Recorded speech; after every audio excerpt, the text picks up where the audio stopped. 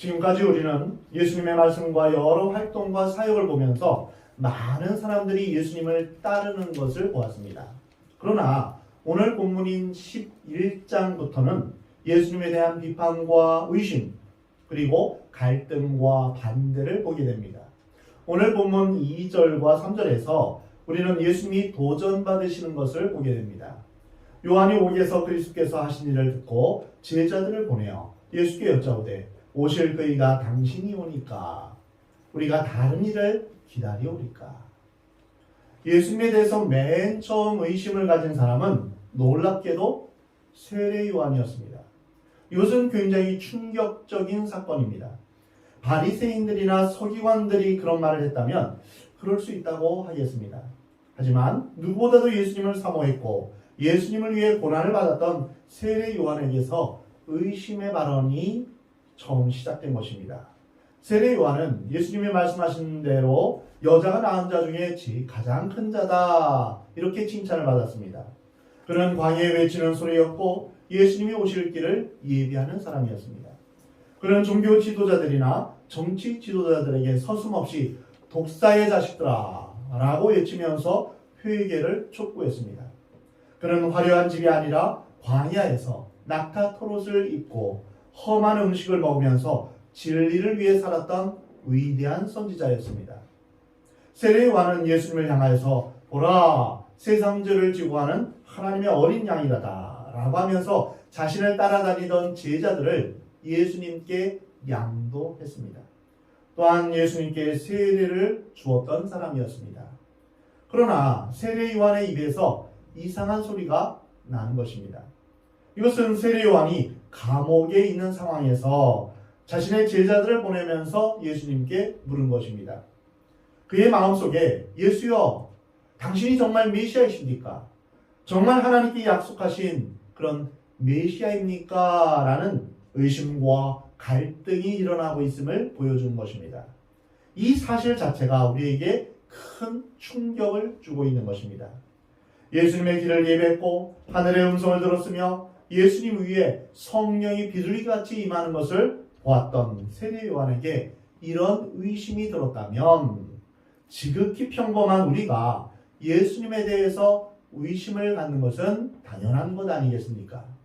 우리는 예수님을 잘 믿다가도 어느 한순간에 신앙의 침체에 빠지고 의심의 수렁에 빠질 때가 있습니다. 겉으로는 교회를 잘 다니고 예수님을 잘 믿는 것 같지만 속에서는 내가 믿는 게 잘 믿는 것인가? 옳은 것인가? 과연 나는 잘하고 있나? 예수님이 유일한 구원자이신가? 이런 의심을 한두 번씩 할 수 있는 것입니다. 한 번도 의심하지 않고 잘 믿는 사람은 이 땅에 아무도 없습니다. 목사든 장로든 집사든 성령을 받았든 안 받았든 간에 우리는 인간적인 의심을 한두 번씩 할 수 있습니다. 이것을 우리는 오늘 본문에서 성경에서 배우게 되는 것입니다. 의심, 이것이 바로 오늘 우리가 생각해야 될 주제입니다. 예수님에 대한 회의, 의심이란 무엇입니까? 그것은 사탄이 우리 인간의 영혼에 뿌려놓은 안개와 같은 것입니다. 차라리 속 시원하게 예수님을 부정하면 문제가 없습니다. 하나님을 부인해버리면 간단합니다. 그러나 부인하는 것보다 더 나를 괴롭히는 것은 회의입니다. 의심입니다. 확신이 흔들리는 것입니다. 그리고 부인하는 것은 아니지만 부정하는 것은 아니지만 흔들릴 때가 있다는 것입니다. 성령 체험들 하고 예수를 잘 믿다가도 이런 절망에 빠지게 하는 신앙적인 회의는 어디에서 오는 것일까요? 그것은 창세기 3장에서 그 기원을 찾을 수 있습니다. 창세기 3장 1절에서 뱀이 여자에게 하나님이 참으로 너희에게 동산 모든 나무 열매를 먹지 말라 하시더냐 이렇게 질문합니다. 이것은 하나님 안 계신다, 하나님을 부인하는 질문이 아닙니다. 이것은 하나님의 말씀을 의심하게 하는 그런 질문이었습니다. 이것이 문제입니다. 하나님이 없다라고 하는 것이 아닙니다. 하나님이 정말 그렇게 말씀하셨냐? 의심의 씨앗을 심어준 것입니다. 사랑하는 성도 여러분, 신앙적인 의심에는 언제나 사탄의 유혹이 있음을 여러분 아시기 바랍니다. 우리가 육체적으로 약해질 때나 기도하고 있지 않을 때, 어떤 인간적인 문제로 갈등하거나 범민하고 있을 때 마귀는 하나님을 부인하게 하는 것이 아니라 의심하게 합니다. 정말 그럴까? 하는 눈에 보이지 않는 의심의 씨앗을 슬쩍 뿌려놓고 합니다. 그런데 그것이 내 마음속에 박히면 놀랍게도 그 의심은 작용하고 또한 역사하기 시작하는 것입니다. 자신이 과거에 가졌던 성령의 체험, 하나님에 대한 경험, 은혜의 말씀, 불같은 믿음은 하루아침에 다 없어져 버리고 부정적인 생각, 파괴적인 생각, 의심하는 생각에 빠져들고 마는 것입니다. 이러한 사탄의 공격에 하와는 간단하게 넘어가고 말았습니다. 여자가 뱀에게 이렇게 말했습니다. 동산나무의 열매를 우리가 먹을 수 있지만 동산 중앙에 있는 나무의 열매는 하나님의 말씀에 너희는 먹지도 말고 만지지도 말라. 너희가 죽을까 하노라. 이렇게 대답했습니다. 여기까지만 보면 여자는 하나님을 부인하지는 않았습니다. 그러나 바늘구멍만한 의심이 생기기 시작한 것입니다. 하나님께서는 동산나무의 열매는 모두 먹을 수 있지만 선악과만 먹지 말라고 하셨는데 여자는 만지지도 말라라고 하면서 하나님을 잔인한 하나님으로 막 바꾸었습니다. 그리고 하나님은 너희가 먹는 날에는 반드시 죽으리라 라고 하셨는데 여자는 죽을까 하노라 이렇게 바꾸어 놓았습니다. 의심은 바로 여기서부터 시작됩니다. 의심을 일으키는 사탄의 질문은 하나님의 사랑을 감소시키면서 하나님의 심판을 약화시키는 그러한 작용을 합니다. 우리 안에 의심이 생기기 시작하면, 확신이 무너지기 시작하면, 또 우리의 눈에서 감격의 눈물이 사라지기 시작하면 이미 우리는 사탄의 공격을 받고 있는지 모릅니다. 그러면 우리 마음 가운데 찬양이 마음에서부터 나오지 않고 목에서 나옵니다. 하나님을 찬양하며 예배할 때 뜨겁게 감격하며 예배드리는 것이 아니라 건성으로 그냥 의무감으로 예배를 드리게 되는 것이죠. 그러면 우리는 반쯤은 사탄의 공격에 걸려 있는지도 모릅니다. 이것이 사탄이 우리 모르게 뿌려놓은 의심의 씨앗 때문입니다. 이런 의심의 씨앗이 다른 사람이 아닌 세례 요한에게 뿌려졌다는 사실을 우리는 성경에서 보게 됩니다. 그처럼 위대한 세례 요한이 왜 이런 의심의 덫에 빠지게 되었을까요? 거기에는 몇 가지 이유가 있습니다. 사탄이 뿌려놓은 의심의 독, 의심의 씨앗에 말려드는 첫 번째 이유는 바로 환경의 악조건입니다.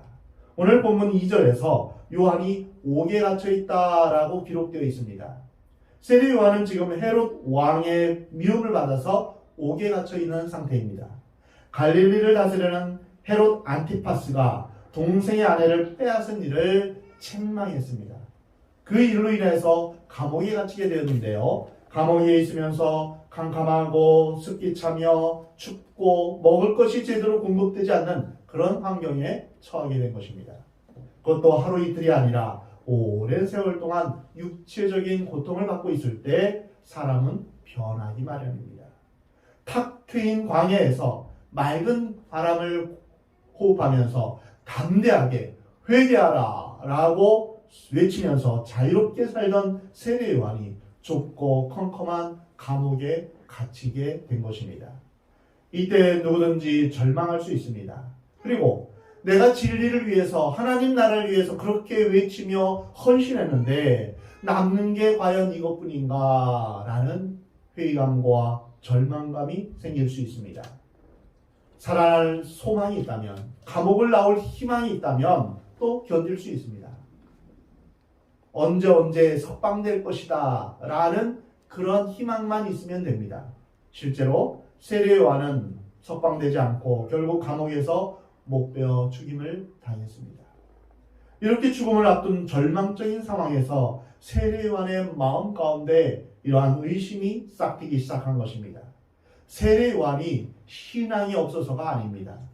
환경이 어려우면 누구나 마음의 동요와 변화가 오기 마련입니다. 인간이란 환경의 변화와 제한을 받을 때, 또 육체의 고난이 있을 때, 먹을 것이 없는 상황이거나 고통스러운 상황에서는 쉽게 생각이 변할 수 있습니다. 세례요한은 감옥에서 순간 이러한 의심이 들었던 것입니다.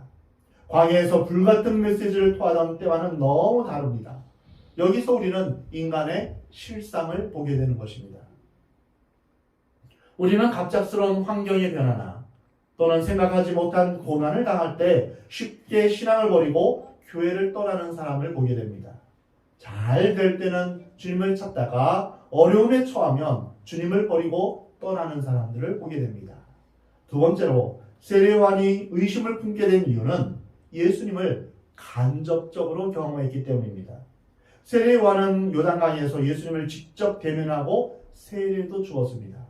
그러나 그것이 전부입니다. 성경에는 그 이후에 예수님과 세례요한이 만나거나 대화를 한 장면이 전혀 없습니다. 아마 예수님의 말씀과 사역에 대해서 제자들을 통해서 들었을 것이며 예수님이 베푸신 기적들을 소문으로만 알았을 것입니다. 언제든지 간접적인 경험과 소문은 참된 능력이 없습니다. 대부분의 많은 사람들은, 많은 그리스도인들은 믿음이 없고 확신이 없는 것은 직접적인 체험이 없기 때문입니다. 설교를 듣고 성경을 배우는 것도 중요하지만 그 다음 단계는 우리가 직접 말씀을 읽고 말씀을 묵상해야 합니다. 우리가 말씀을 직접 읽는 것이죠. 전에는 아이일 때는 이제 엄마가 주는 모유나 또한 이제 죽을 먹고 또한 엄마가 만들어준 그런 음식을 먹지만 이제는 이제 장성하면 딱딱한 음식도 먹을 수 있어야 됩니다. 우리의 신앙이 자라면서 우리는 스스로 말씀을 묵상하는 법을 배워야 하는 것입니다. 우리가 말씀을 직접 먹고 소화해야 됩니다. 매일매일 말씀을 정해놓고 우리가 그 말씀에서 하나님의 뜻을 발견하는 것, 이것이 정말 중요합니다. 말씀 묵상할 때는 우리가 매일 성경에 나오는 질문 두 가지가 있는데요. 그 질문을 참고하는 것이 좋습니다. 첫 번째 질문은 하나님은 어떤 분이신가?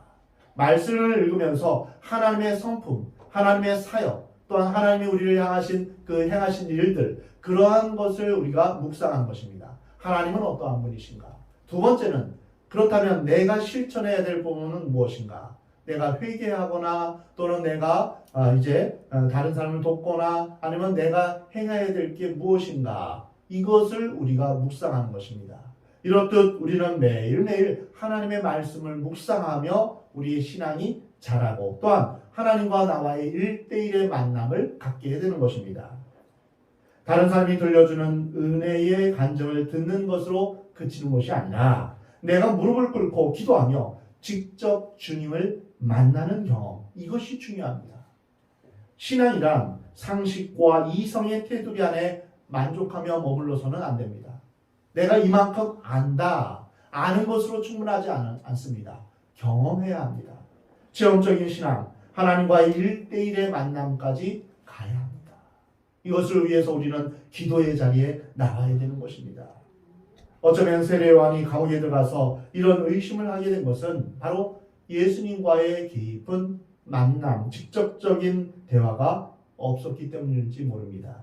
세 번째로 메시아에 대한 잘못된 인식입니다.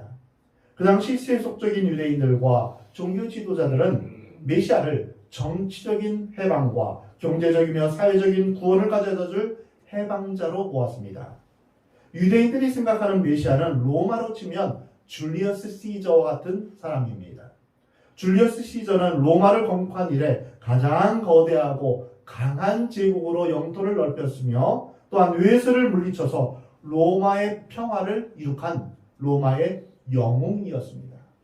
이스라엘에게 있어서의 영웅은 누구일까요? 바로 다윗입니다. 다윗은 그 당시 수많은 이방인들이 그들을 이스라엘 백성들을 괴롭힐 때 다윗 왕대 그들을 다 정복하고 또한 이스라엘의 평화를 이룩한 그런 위대한 왕이었습니다. 그러므로 이스라엘 백성들이 기다리던 그 메시아는 다윗과 같은 능력 있는 왕이었습니다.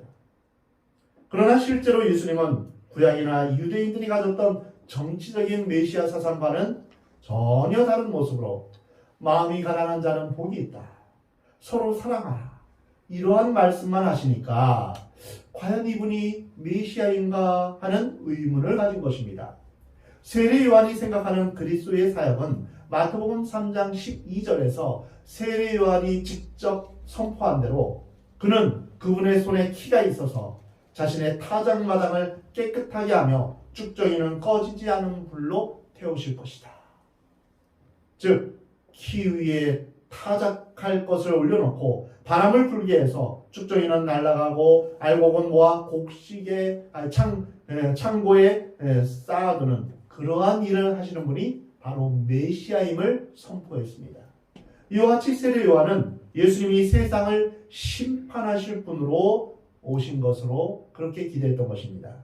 그런데 자신이 전해들은 예수님의 사역은 자신이 예견하고 기대했던 심판자의 모습과는 다른 것이었습니다. 로마에 대항하여 싸우거나 악인을 심판하시는 모습이 아니었던 것입니다. 세례 요한의 생각에는 아니 예수님이 언제 원수를 멸망시키고 심판하실 것인가? 언제 우리를 구원하실 것인가? 라는 조바심을 가지게 된 것입니다. 예수님의 사역에도 불구하고 사악한 헤롯 안티파스의 기세 등등한 권력은 그대로이고 감옥에 갇힌 자신의 현실은 나아지지 않았던 것입니다.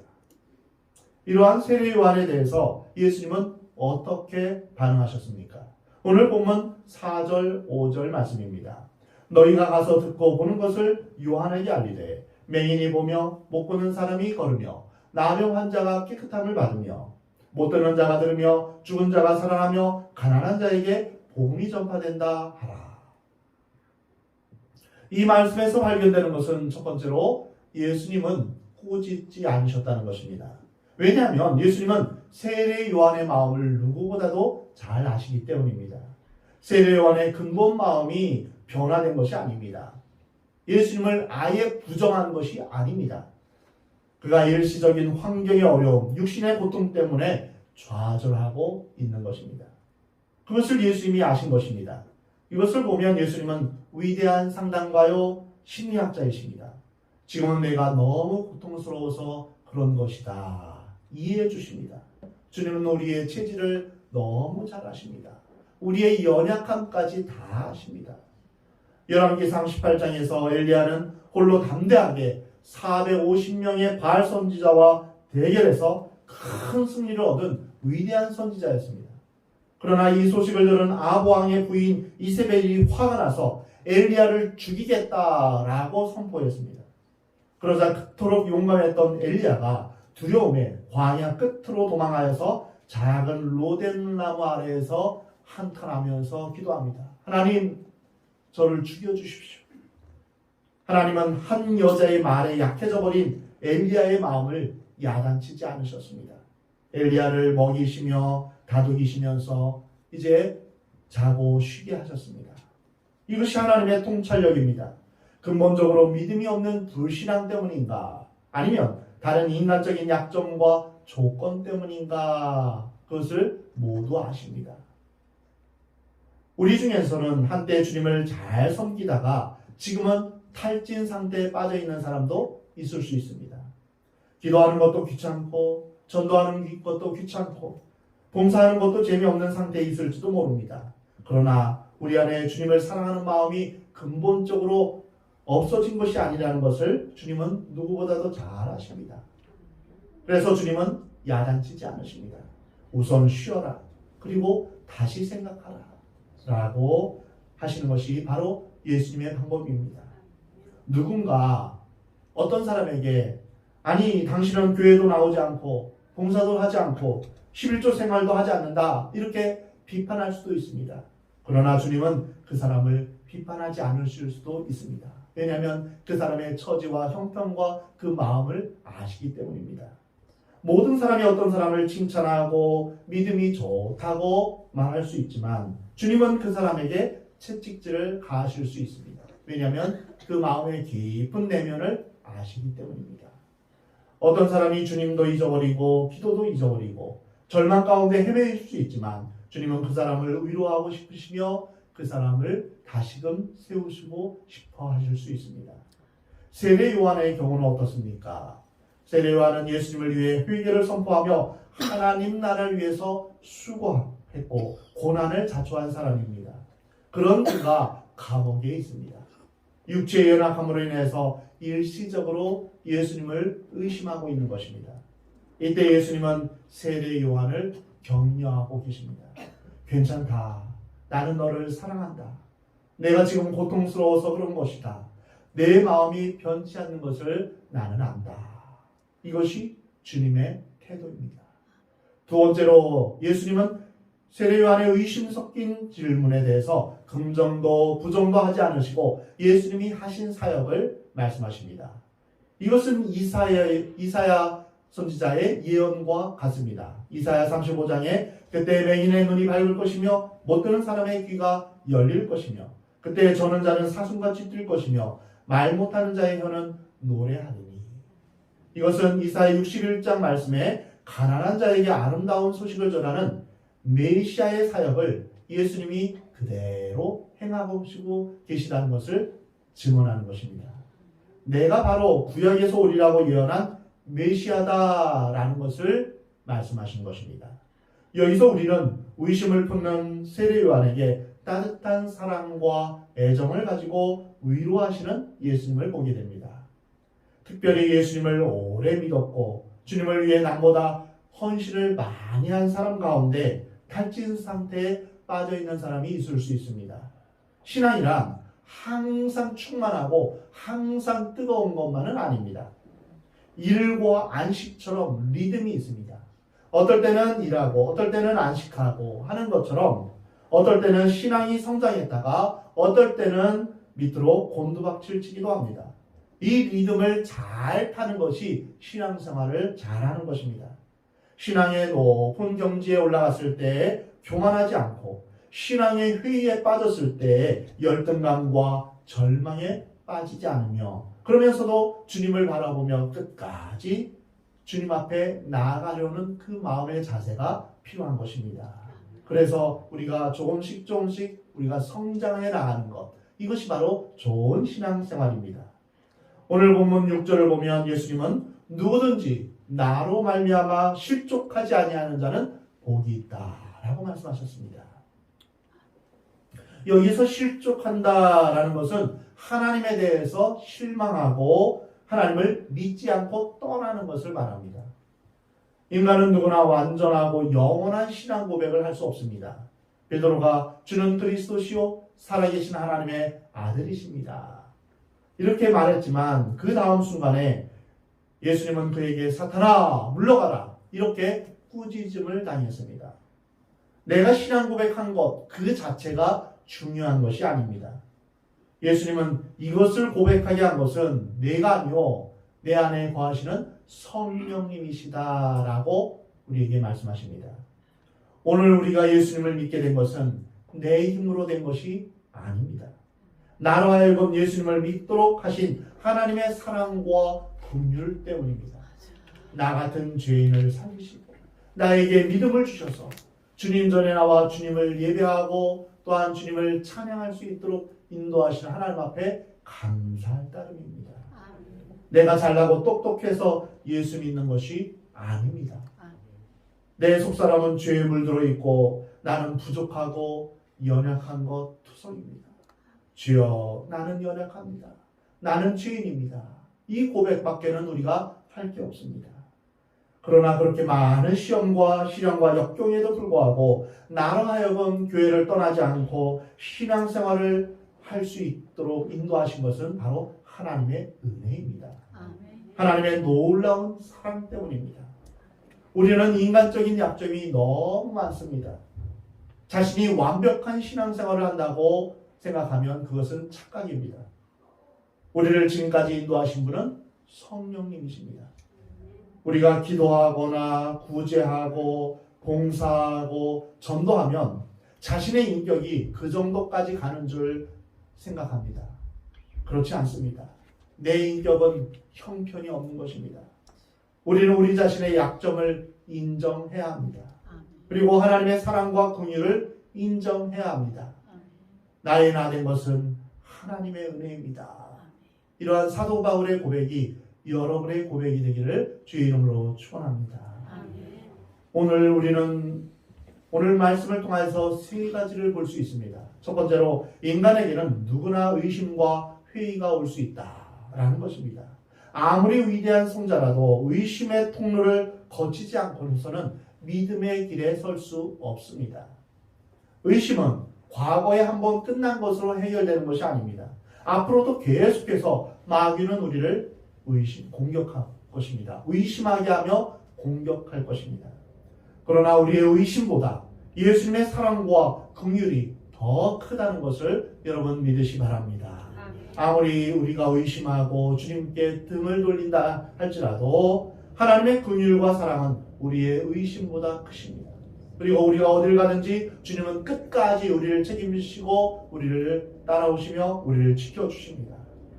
그러기에 우리는 다시 주님의 품으로 돌아오게 되는 것입니다. 두 번째로 의심이란 불신앙에서만 오는 것이 아니다라는 것을 알 수 있습니다. 믿지 못해서 의심이 생길 수도 있지만 환경의 고통 가운데서 의심이 생길 수도 있다는 것입니다. 이때 자신을 너무 심각하게 걱정하지 마십시오. 오히려 잘 먹고 자고 위로하고 휴식을 취해야 합니다. 이것이 예수님의 방법입니다. 자기의 회의와 의심을 너무 크게 생각하지 마십시오.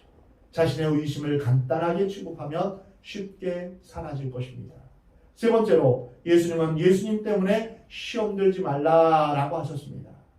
예수님 때문에 시험 들면 예수님 믿는 것으로 인해서 환난을 당하고 조롱을 받고 핍박받을 때 예수님 믿는 것이 이렇게 어려운가 하면서 예수님으로부터 돌아서면 우리는 예수님 앞에 나아갈 길이 없습니다. 구원을 받을 길이 없습니다. 그래서 우리는 예수님 때문에 시험에 들지 않아야 됩니다. 또한 우리는 우리 주위에 있는 사람 때문에 시험에 들어서는 안 됩니다. 목사 때문에 또 우리는 시험에 들지 말아야 합니다. 목사 보기 싫어서 교회 안 나오는 사람들이 많이 있습니다. 목사란 양면성이 있습니다. 한면으로는 하나님의 종이요 거룩한 하나님의 메시지를 전하는 그런 모습이 있습니다. 그러나 또 다른 면을 보면 인간의 연약함을 그대로 가지고 있습니다. 우리가 인간적인 면을 보면 목사 때문에 실족할 수도 있습니다. 목사가 그럴 수 있냐? 위선자다. 목사에게 실망했다. 그렇게 소리를 높일 수 있는 것입니다. 교회도 양면성이 있습니다. 교회가 천국은 아닙니다. 내가 부족한 것처럼 부족한 사람들이 모인 곳이 교회입니다. 내가 죄인을 부르러 왔다라고 하신 예수님의 말씀처럼 죄인들이 모여있는 곳이 교회입니다. 각 모임마다 말이 없을 수가 없습니다. 봉사하면서 내 마음 같지 않습니다. 내가 이렇게 하고자 하는데 다른 사람은 저렇게 하자고 합니다. 다 다릅니다. 또 우리가 교제하면서 상대방의 약점이 보일 때도 있습니다.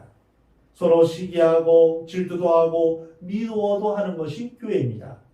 사랑하는 성도 여러분, 여러분은 무엇을 보시겠습니까? 예수님은 예수님 때문에 실족하지 않는 자가 복이 있다라고 말씀하십니다. 예수님을 믿는다는 이유로 조롱을 당하고 핍박을 당하고 수모를 당하지만 그것으로 인해서 넘어지지 않는 그러한 복이 여러분에게 있기를 원합니다.